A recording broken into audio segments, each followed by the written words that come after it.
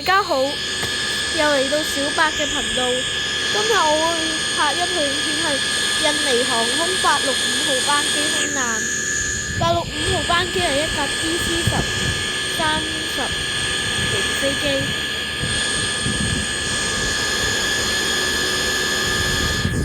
佢喺福岡機場飛往巴厘島機場，再飛往雅加達機場。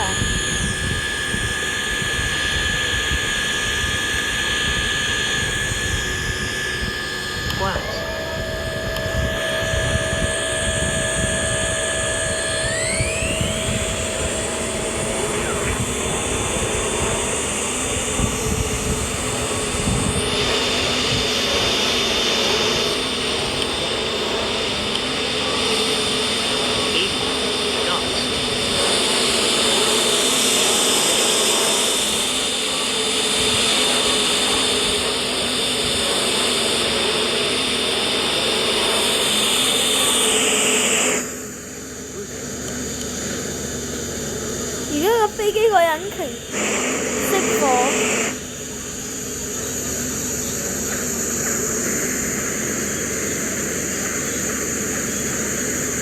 而家架飛機衝出跑道，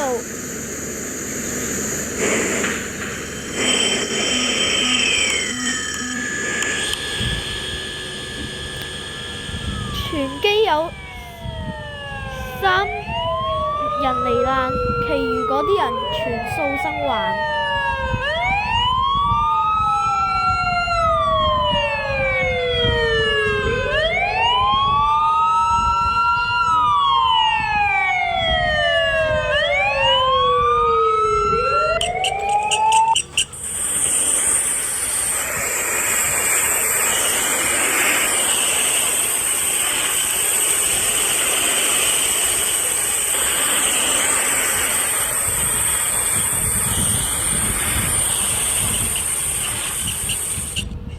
呢套影片就到呢度啦，記得關注，拜拜。